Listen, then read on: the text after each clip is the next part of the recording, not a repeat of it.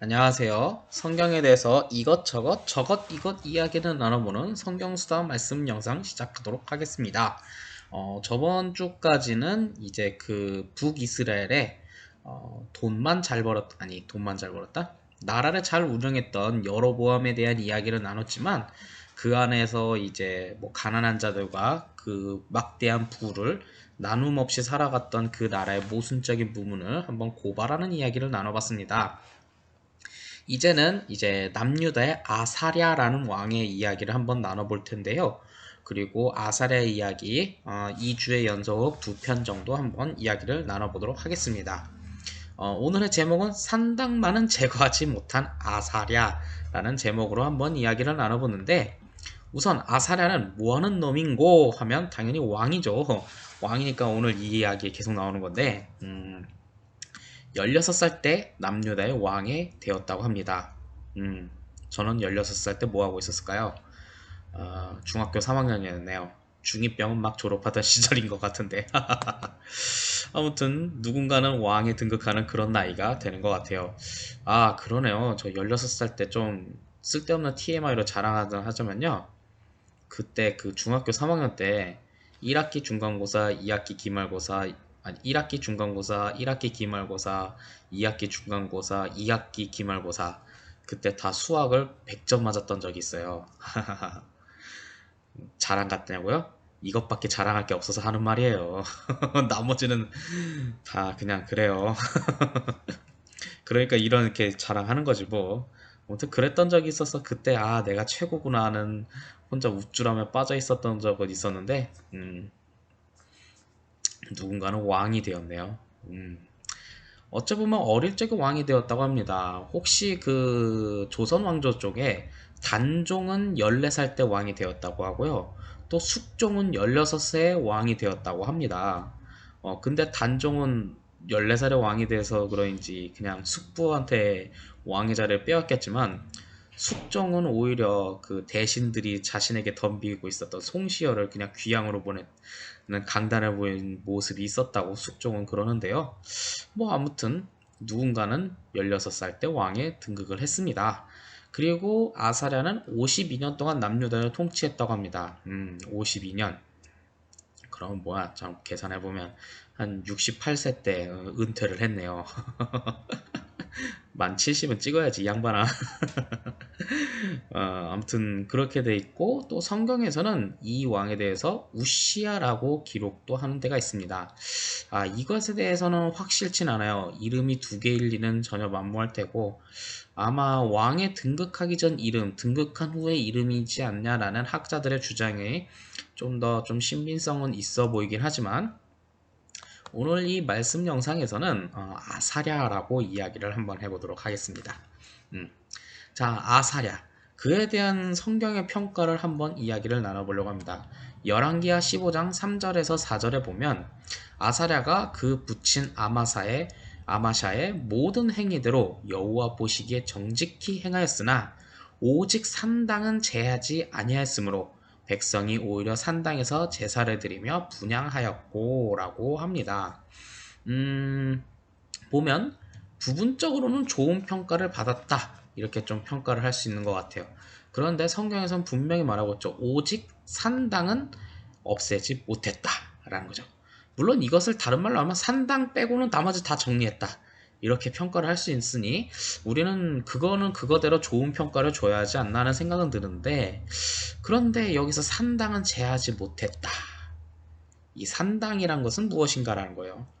솔직히 성경을 읽다 보면 산당이란 단어가 굉장히 많이 등장을 합니다. 산당이란 과연 그것이 무엇인지 한번 이 영상에선 더 얘기를 해보려고 합니다. 산당. 그냥 간단하게 정의로는 이렇게 나오고 있습니다. 가나안 사람들이 제사를 드리던 제2장소라고 한 거죠. 가나안 사람들은 뭐하는 놈들이며 제2 장소라는 건 또 뭐냐라는 건데요. 이스라엘 민족들이 그 약속의 땅, 그 팔레스타인 그 지역에 정착을 하기 전에 그 지역에 살았던 사람, 그 전에 살았던 사람들의 가나안 사람들이라고 이야기를 합니다. 그래서 가나안 사람들, 가나안 땅. 근데 여호수아가 싹 밀어버리고 거기에 이제 새로운 점령자로 점령자? 점령자라고 하긴 못하지만 아무튼 정복을 하고 새롭게 그곳에 이제 이스라엘 민족들이 살았고 사사시대를 맞이했고 왕정시대가 돌입해낸 뭐 요런 간략한 순서를 가지고 있죠. 그렇다면 제2장소는 뭐냐? 그냥 제사 드리던 곳 뭐 그렇게 생각하면 되는데 이해하기 쉽게 우리 그 한반도의 역사로 비교하자 보면 굿하는 곳 있잖아요. 옛날 뭐 시골 같은 데 보면 뭐 장승이 서 있고 뭐 나무에다가 뭐 천조가리를 길다랗게 그냥 돌돌 그냥 걸쳐 놓는 거 있고 거기다가도 돌싸 넣고 요렇게 뭐 요렇게 하고 뭐 그런 거 있잖아요. 그거랑 비슷하게 생각하면 될 것 같아요. 그러니까 이 팔레스타인 지역에 있었던 그냥 토착 문화, 토착 신화, 토테니즘 그런 거라고 생각하면 이해하기 좀 쉬울 것 같아요. 그렇게 그곳에서 뭐 이신, 저신, 삼신, 이신, 저신, 뭐 삼신, 사신 뭐 갖다 그냥 놓고 제사 드리고 그냥 누구한테 제사를 드리지만 그냥 소원 빌고 하는 그런 곳이라고 생각하면 될 것 같아요. 가나안 사람들은 근데 이때 중에 바알 숭배를 위해 이 산당에 찾아와서 제사를 드렸죠. 어, 이 어쨌든 바알은 그 풍요의 신, 농경의 신이기 때문에 농경 문화에서는 가장 없앨 수 없던 신이기도 합니다. 아니, 우상이죠, 정확히 말하면. 우상인데 이걸 없애버리려면 농경 문화를 포기해야 하는 일까지도 벌어지니 어쩔 수 없이 그들의 삶에 이 바알 숭배가 이 산당에서 주로 많이 이루어졌던 것은 사실입니다. 또한 이스라엘 사람들도 예루살렘 성전이 있지만 예루살렘 성전에서 멀리 떨어져 있는 사람들은 어쩔 수 없이 이 산당에서 여호와 하나님께 제사를 드리는 일도 종종 있었다는 거죠. 그런데 그러면 그냥 자기 신께 제사 드리는 그냥 공공의 장소? 뭐 그런 거라고 생각하면 된다라고 하는데요. 네, 그렇게 생각하면 좀 쉬울 것 같습니다. 좀 적을 것 같고 어, 그 정도만 생각하면 되는데 문제는 이 산당에 문제점이 발생한 거죠. 솔직히 말해서 그 장소에 이신, 저신, 삼신, 사신, 오신 딱 갖다 붙이면요. 내가 이게 바알한테 드리는 제사인지 여호와 하나님께 드시는 제사인지 이게 혼동이 온다고 할까요?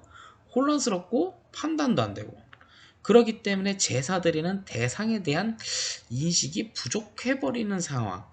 내가 이게 그냥 아침에 일어나서 뭐 밥 먹듯이 그냥 와서 제사는 드렸는데 내가 누구한테 제사를 드렸지 하는 생각도 들죠. 우리는 솔직히 이렇잖아요. 밥 먹기 전에 기도해야 한다라고 하는데 밥 먹기 전에 기도하는 게 너무 귀찮아서 이렇게 그냥 잘 먹겠습니다. 아멘. 이렇게 얘기하잖아요. 잘 먹겠습니다. 아멘. 이 문구 잘 생각해 보세요. 예수님의 이름으로 기도합니다. 아멘이란 말을 안 합니다.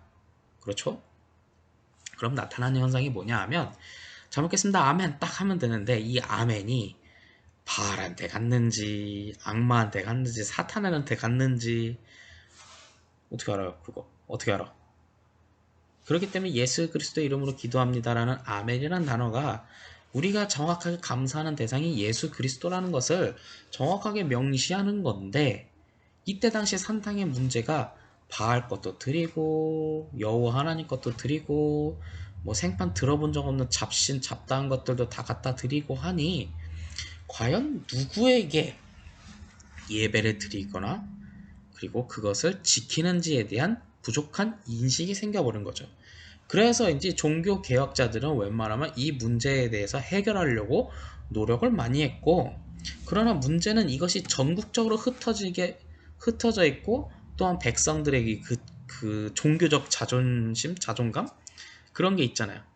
아니 이러면 천벌을 받을 것이야. 이 나무를 베어가면 천벌을 받을 것이야. 이 나무가 우리 마을을 지켜줬어. 뭐 이런 식의 반응이 보이니까 그런 반발들을 염려하니 아무리 왕이란 사람들도 종교개혁을 해도 완전한 제거는 불가능했다라는 거죠. 그럼에도 불구하고 이것을 제거하고 했던 왕들은 이런 반발적인 것들을 누르고 때려 부시고 하는 그런 좀 폭군의 모습도 있기 때문에 어쩌면 그런 왕들이 더욱더 오래 통치하는 데는 매우 힘들었던 것 또한 사실이기도 합니다. 참 그런 거 보면 뭔가 밑에 깔려있는 우상이나 미신 같은 그런 정신들을 참 해결하는 것은 좀 많이 힘든 것 같습니다. 아무튼 우리의 이때 당시에 있었던 이 산당의 문제점이 바로 예배 대상에 대한 인식의 문제가 발생한다는 거죠. 그렇기 때문에 우리는 어쩌면 이 내용을 토대로 우리가 누구에게 예배를 드리고 누구에게 경배를 드리는 것인지 한번 생각해 볼 필요가 있죠. 여러분들은 예배 시간에 어떻게 합니까? 예배 시간에 뭐예요? 솔직히 예배 시간에 뭐 할까요? 그냥 앉았다 갑니까? 그냥 앉았다가 잠깐 눈 감았더니 1시간, 눈 감았다가 다시 뜨면 1시간 지났네? 집에 가야지. 그 시간 뭐 하는 시간인가요? 우리는 예배 드리는 대상에 대한 생각도 많이 해봐야 합니다. 그냥 엄마가 가라고 하니까, 아빠가 가라고 하니까 앉았다 가지만, 이젠 나는 독립했으니 내가 이걸 왜 해야 돼? 나는 하나님 사랑해.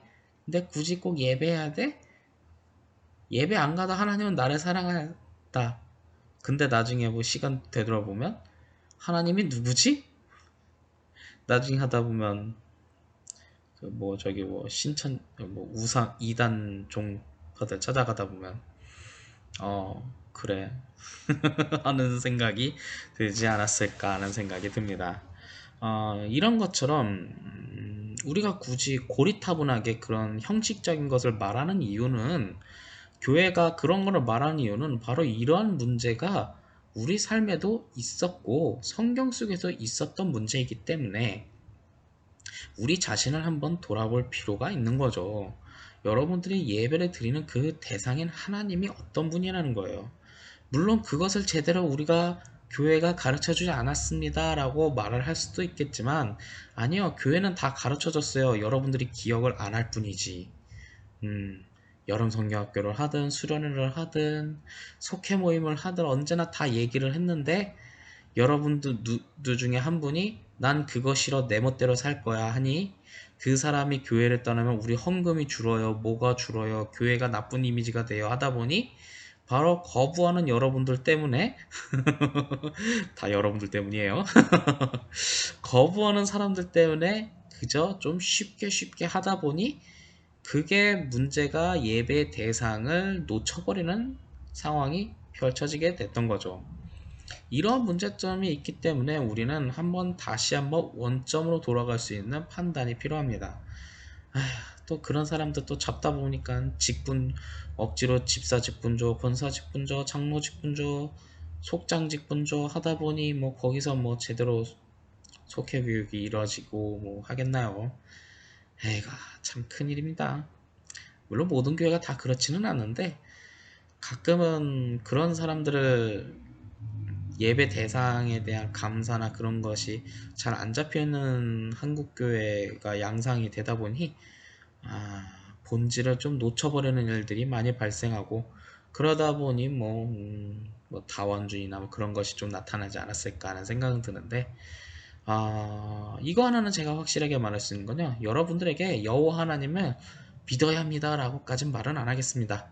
근데 여호와 하나님을 믿기로 했다면 그분의 누구인지 어떤 분인지 그분께 예배 드리는 여러분들의 마음만큼은 확실해야 한다는 거죠. 괜히 어물쩡어물쩡거리다가 여기다 발대고 저기다 발대고 하다 보면 두 쪽한테 다 버림받게 돼요.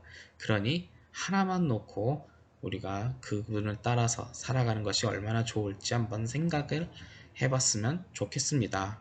오늘의 영상은 이제 산당만은 제거하지 못했던 아사랴 왕에 대한 이야기를 한번 해봤고요. 물론 그것이 굉장히 좀 부정적이긴 하지만 그래도 잘한 것은 잘한 거대로 칭찬을 해보고 실패한 것은 왜 실패했는지 지금 우리 시대를 한번 되돌아본다면 여러분들이 더욱더 믿음으로 살아갈 수 있는데 큰 전환점이 되지 않을까 하는 생각을 해봅니다. 우리가 드리는 예배 대상 그리고 감사드리고 경배드리는 그 대상을 명확히 할 때 우리가 더욱더 이 세상 가운데 믿음으로 승리할 줄을 믿습니다. 그렇게 되는 여러분들이 되기를 원합니다. 오늘의 영상은 여기까지입니다. 끝!